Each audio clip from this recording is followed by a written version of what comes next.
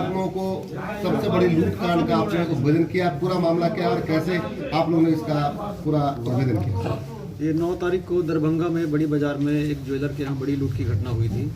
इस केस में जिला के तमाम वरीय पुलिस पदाधिकारियों के साथ साथ पटना से एसटीएफ की टीम, सीआईडी की टीम और एफएसएल की टीमें भी यहाँ जांच के लिए आई थी और इसमें संयुक्त रूप से पुलिस ने कार्रवाई की और शीघ्र इस केस पर उद्भेदन किया और 7 लोगों की गिरफ्तारी हुई है। इसके बाद जो मामला सामने आया वो ये है कि दरभंगा का एक छोटा सा ज्वेलर है जो पहले एक बड़ी दुकान में काम करता था और इसका यहाँ जो पीड़ित हैं इस केस के अलंकार ज्वेलर, उनके यहाँ आना जाना था।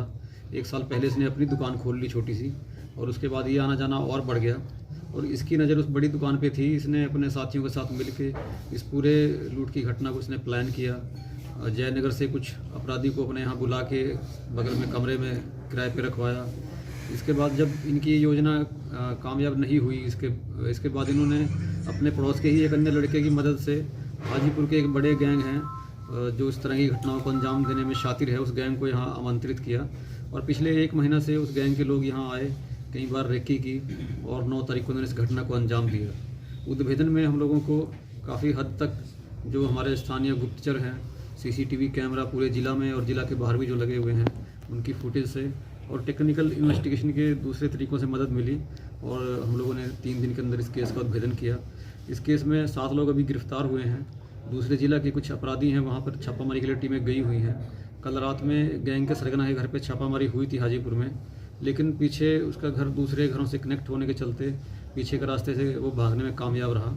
उम्मीद है जल्दी उसकी गिरफ्तारी होगी और इसके बाद जो गैंग के दूसरे लोग हैं उनकी गिरफ्तारी के लिए और लूटे गए सोने की बरामदगी के लिए भी छापामारी लगातार जारी है। इन लोगों से लूटे गए 4 मोबाइल, इसके अलावा कुछ नशे की गोलियां और गांजा, हथियार, गोली वगैरह बरामद हुआ है। इसके अलावा इनके मोबाइल के जो CDR या अन्य जो टेक्निकल पहलू हैं उनसे भी इनकी इन्वॉल्वमेंट इसमें स्पष्ट हुई है और सभी ने पूछताछ में भी अपनी संलिप्तता स्वीकार की है और डिटेल में बताया है कि कैसे 4 महीने से अपराध की योजना को ये लोग बना रहे थे और कैसे कैसे लोग इनके संपर्क में आए, जिसको हम लोग विस्तृत रूप से आपको लिखित प्रेस नोट में भी देंगे जानकारी। सर, जो गिरफ्तार हुए हैं क्या वो दरभंगा के ही हैं या बाहर के हैं? 7 लोग जो गिरफ्तार हुए हैं ये दरभंगा शहर के ही हैं 7 लोग। इसमें जो एक मुख्य सरगना है जो सुनार का काम करता है वो है, उसका एक अपना कर्मचारी है और इसके अलावा उसके पड़ोस के कुछ और लोग हैं जो इस घटना में शुरू से ही प्लानिंग में इन्वॉल्व रहे हैं। पूर्व से आपराधिक इतिहास भी है इन लोगों का। जो बाहर के जो अपराधी हैं दूसरे ज़िलों के, उनका लंबा चौड़ा आपराधिक इतिहास है। खासकर जो हाजीपुर का गैंग है उसने धनबाद में, रांची में और अन्य कई जगहों में इस तरह की घटनाओं को अंजाम दिया है। पूर्व से कई कांड में वो लोग वांछित हैं, पुलिस को उनकी तलाश है। जो जयनगर का अपराधी है वो भी कई बार चोरी और आर्म्स एक्ट के केस में जेल जा चुका है और यहाँ दरभंगा जिला के जो लोग हैं इनका आपराधिक इतिहास हम लोग पता कर रहे हैं। हालांकि इनका कोई बहुत बड़ा आपराधिक इतिहास नहीं है, लेकिन आरंभिक पूछताछ में सामने आया है कि सभी लोग आवारा हैं और नशा करते थे। नशा करने के क्रम में ही इन्होंने ये इस तरह की योजनाओं को बार बार डिस्कस किया। दरभंगा का लाइनर कौन है?